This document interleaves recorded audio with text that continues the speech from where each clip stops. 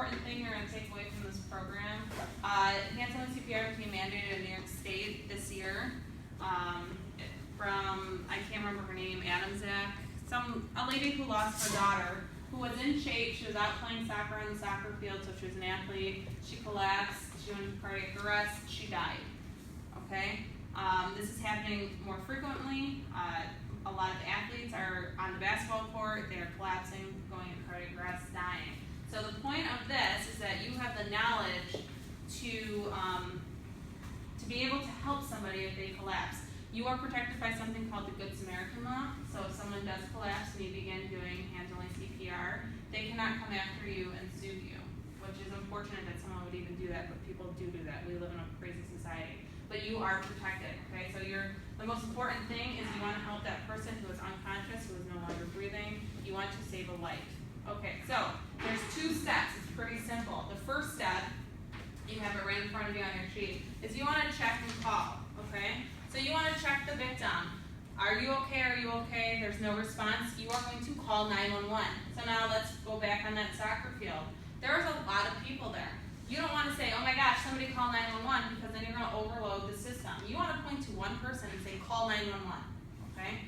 Now, let's just say it's the 2 of us, we're passing the soccer ball to each other, she collapses. The first thing I'm going to do, instead of going up to her, getting stressed out, I'm going to call 911 because I want the advanced medical people on their way to come and help, all right?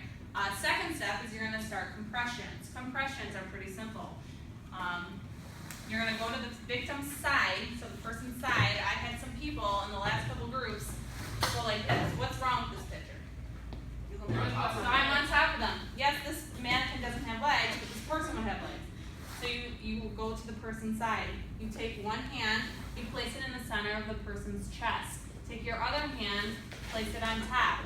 You don't have to do this yet, watch me. You want to do 100 compressions per minute. Okay, so what does that sound like? That sounds like the song Staying Alive. I understand a lot of you are going to say, I don't know what song that is. When you hear it, you know what song it is. You want to press at least 2 inches. Okay, so compress at least 2 inches. I had a question in the last group, are you going to break someone's rib? Most likely, yes, you will break the person's rib. Okay, you are pressing 2 inches down into their chest. 100 beats per minute, so it's going to look like this. You're pressing. Okay, notice my shoulders are over the person. Okay, luckily with these mannequins, I'm going to turn it so you can see this. There's colors. Okay, so if I'm pressing too little, I'm getting red. I'm not pressing hard enough. If I'm pressing too fast, I'm going to get yellow. Okay, so you want to press at 100 compressions per minute, about 2 inches deep. Notice I got the green light, so this is what you want it to look like. Any questions so far? No. Okay, so I'm going to show you a video really fast.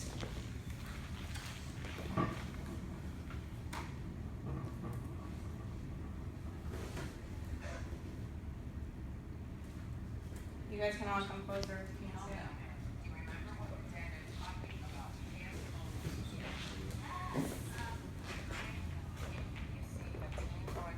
Suddenly collapse, the first thing you do is call 911.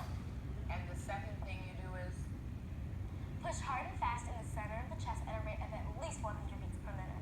Who even knows what 100 beats per minute sounds like? You hear the beat?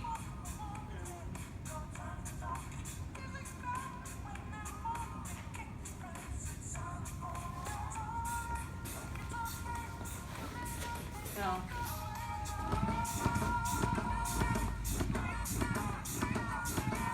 What's going to get you 100 compressions per minute, this beat. Questions for me? Alright, so what I'm going to have you guys do now is practice it. I'm going to put the song Staying Alive on, and I'm going to come around and check. Again, you can use the mannequins, and you can see if you're doing it correctly. You want to have 2 green lights.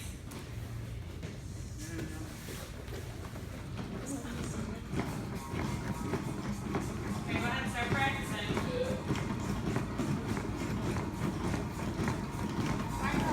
Now, some of you are going to probably say, my hand's hurting. Well, this is the difference between saving someone's life. It does work. You're in the wrong spot then. Put your hands up. Yeah, right there. Okay, again, remember, I had one palm, one hand on top of the other. West. Why not? There you go. Working. If it's giving you a red light, that means you're not compressing hard enough or you're not compressing fast enough. You're not up for it. See now? Your palm needs to be in the center of their chest. There you go. You were too far back. You're in the center. Very good. Keep going. This is the difference between saving someone's life. You want those red blood cells that have oxygen in it to keep going around their body. Listen to the beat of the song. You're not pressing hard enough. Use your weight of your body. Use the weight of your body. Keep your arms set and use the weight of your body. Odds are this will be a person you know. Your brother, your sister, your grandparents, your cousin, your mom, your dad. It is an exercise.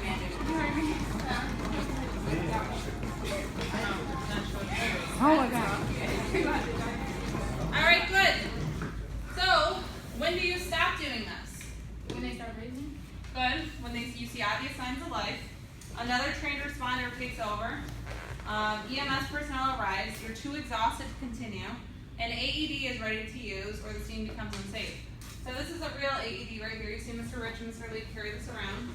Okay. Hopefully they never have to use it. It's an automatic external defibrillator. It shocks the heart. We're going to use the trainer one. So she would still be doing compressions. Oh, you're still doing compressions. I arrive with the AED, so you're still compressing. I arrive with the AED. She's going to continue the compressions until the AED is ready to use. Remove The clothing AED from has the patient's pads, and it chest. shows you where to place the pads on the chest. Open Easy way packet to and remember, apply pads lower on the left, patient's upper right, bare skin. LL, lower left. Apply pads as shown She in keeps the going, pictures. she keeps going. Press pads firmly on skin. Alright, so she's still compressing. Apply pads as Stop. shown. Press Stop. pads firmly Okay, on so skin. in a real situation, the pads would be sticky and they would stick. These Do ones, not touch the because the patient. trainer don't stay Analyzing on too heart well. rhythm. Alright, so right now it's analyzing the heart rhythm. Do not so she would touch still the be patient. compression. Analyzing heart rhythm. Shock advised. Okay, so the shock's advised. Do now not this is touch really the important patient. right here. It says do not touch the patient. If I'm touching Press the the patient flashing or shock anyone's button. touching the patient and they press this button, Press the I'm shock going to get button shocked now. along with the person. 'Cause you So want you the need to shock. be back. You need to Press say, I'm the clear, shock you're clear, button we're all now. clear. You press the shock button. Shock This is when the delivered. person's body jumps up. Begin CPR. So then you listen to the directions, begin CPR. You start compressions again. Okay, and then you just keep following the directions of the AED. I'm going to stop right there because this AED is going to tell me to do breaths and you guys are learning hands-only CPR. Okay? Any questions for me? A good time to switch people to is after the shock. So like say you're exhausted, you've been doing this for 5 minutes. A good time to switch if you get somebody else that knows what they're doing. You're exhausted, after the shock, she switches in, she does compressions next. And you have one person that's running the AED and telling who to switch and when to switch.